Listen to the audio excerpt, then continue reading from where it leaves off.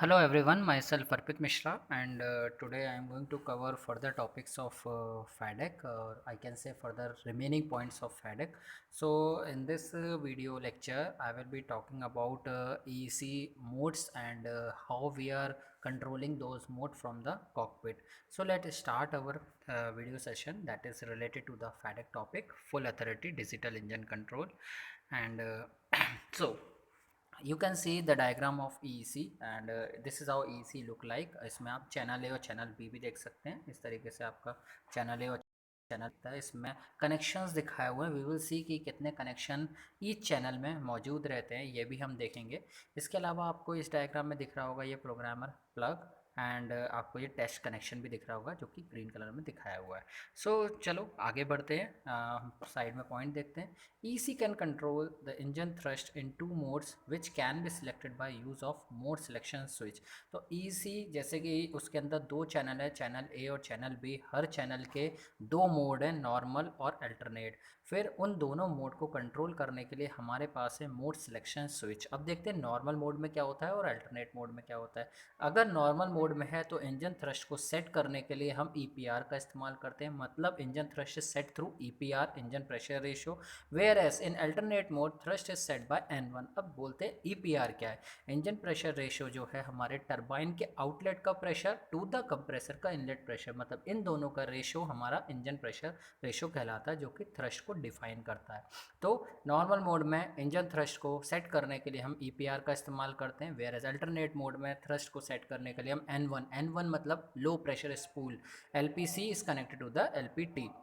Now, when the fuel control switch is moved from run to cut off, the EEC reset. जैसे fuel control switch हमारा run position से cut off पे जाता है तो EEC जो है रीसेट हो जाता है. EEC रीसेट होता जाता है मतलब जितना भी फॉल्टी डाटा होगा वो सारा रिकॉर्ड हो जाएगा नॉन वोलाटाइल मेमोरी में. हमने प्रीवियस वीडियो में देखा था EEC के पास वोलाटाइल और नॉन वोलाटाइल दोनों टाइप की मेमोरीज हैं, जिसमें अगर EEC हमारा रीसेट हुआ रन टू कट ऑफ पे जाने के बाद तो उस केस में जितना भी फॉल्टी डाटा होगा वो नॉन वोलाटाइल मेमोरी में जाके स्टोर हो जाएगा. Then EEC control the metering valve in the fuel metering unit to supply fuel flow for combustion.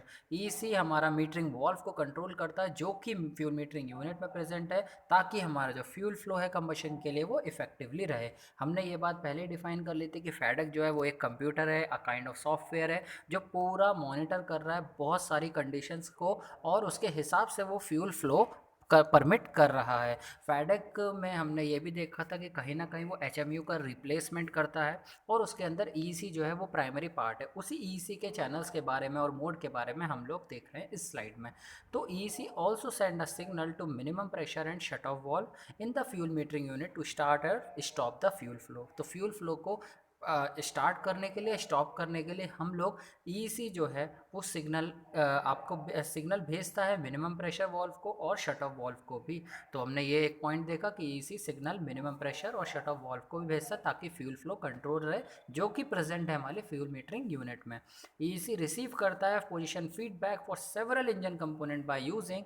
अब EEC को भी फीडबैक चाहिए तो वो पोजीशन फीडबैक लेता है इंजन के कंपोनेंट, किस कुछ इंजन के कंपोनेंट्स के लिए, by using what is utilizing, that is आपका rotary differential transformer, linear variable differential transformer and thermocouples. इन सब से वो कहीं ना कहीं फीडबैक लेता है, सिग्नल लेता है और वो उन कंपोनेंट को अफेक्ट करवाता है. मतलब आपके थर्मोकपल आपको पता है टेम्परेचर मेजर करते हैं तो इनका लोकेशन एग्जॉस्ट में भी हो सकता है. तो एग्जॉस्ट में जनरली टरबाइन के फ्रंट पे भी हो सकता है, टरबाइन के जस्ट आगे.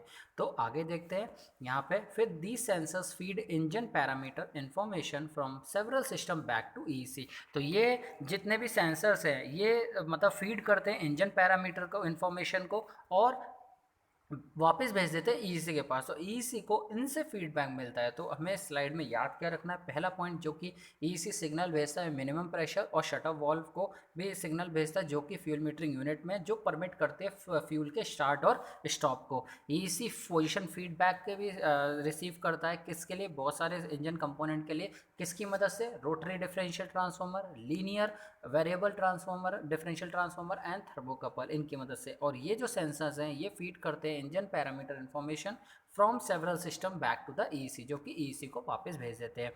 Fuel control run cut off switch control the high pressure fuel shut off valve that allow और कट ऑफ फ्यूल फ्लो।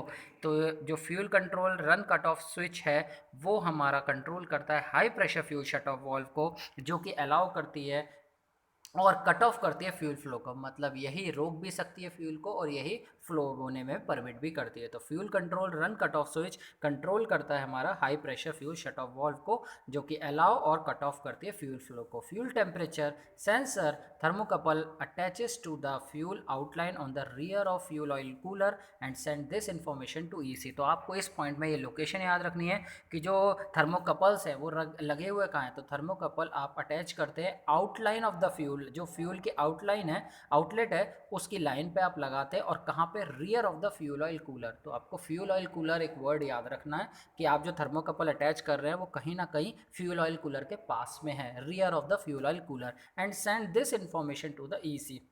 तो जो भी ये डाटा सेंस करेगा वो डाटा सीधा हमारा ईसी के पास जाएगा। EC uses torque motor driver to control the position of metering valve in the fuel metering unit. तो टॉर्क मोटर ड्राइवर का इस्तेमाल हम लोगों ने पहले वीडियो में भी देखा था कि टॉर्क मोटर ड्राइवर और सोलेनॉइड वॉल्व बैंक थे जिनकी मदद से हम लोग कुछ टास्क परफॉर्म कर रहे थे, जो कि आया था हमारा क्रॉस टॉक लॉजिक वाला जो फंडा आया था। क्रॉस टॉक लॉजिक में चैनल ए और चैनल बी का हम लोग जो भी डाटा वो लोग डिटेक्ट कर रहे थे उनमें कंपैरिजन कर रहे थे। कंपैरिजन के बाद हम लोग इन दोनों के पास भेजते थे। टॉर्क मोटर ड्राइवर के अलावा सोलेनॉइड ड्राइवर है ईसी, उनका भी इस्तेमाल करता है to control other function of fuel metering unit के लिए। तो हमने टॉर्क मोटर ड्राइवर और सोलेनॉइड ड्राइवर के बारे में देखा, ये दोनों हमारे फ्यूल मीटरिंग यूनिट को कंट्रोल करते हैं। तो फिर टॉर्क मोटर ड्राइवर जो है वो पोजीशन ऑफ मीटरिंग वॉल्व को कंट्रोल करता है। EC also control several other सब सिस्टम। अब इन दोनों की मदद से, यानी कि टॉर्क मोटर ड्राइवर और सोलेनॉइड ड्राइवर की मदद से ईसी और भी चीज़ों को कंट्रोल करता है। वो कैसे? फ्यूल ऑयल कूलर, ठीक है, fuel and air oil cooler, bleed valves को, variable stator vanes, turbine cooling air valve and turbine case cooling system. तो ये सारे जो पॉइंट्स हैं आप देख सकते हैं कि ईसी से रिलेटेड है पॉइंट्स। तो हम लोगों ने कुछ चीज़ें देखी जो कि हमें याद रखनी है। पहले तो हम जो थर्मोकपल की बात कर रहे हैं वो कहाँ पे अटैच है, जिसके बारे में बताया फ्यूल ऑयल कूलर के रियर पे अटैच है।